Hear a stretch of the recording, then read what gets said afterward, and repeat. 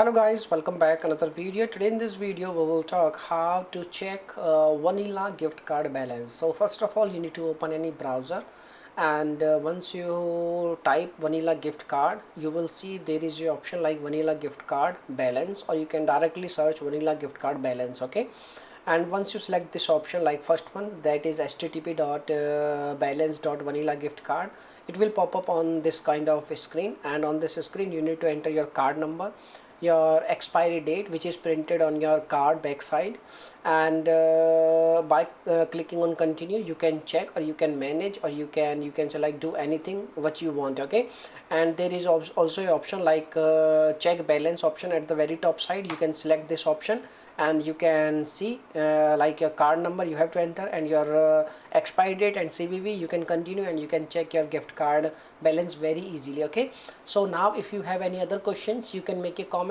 I will reply you very soon, and thanks for watching this video. Bye bye, take care, see you soon in the next video.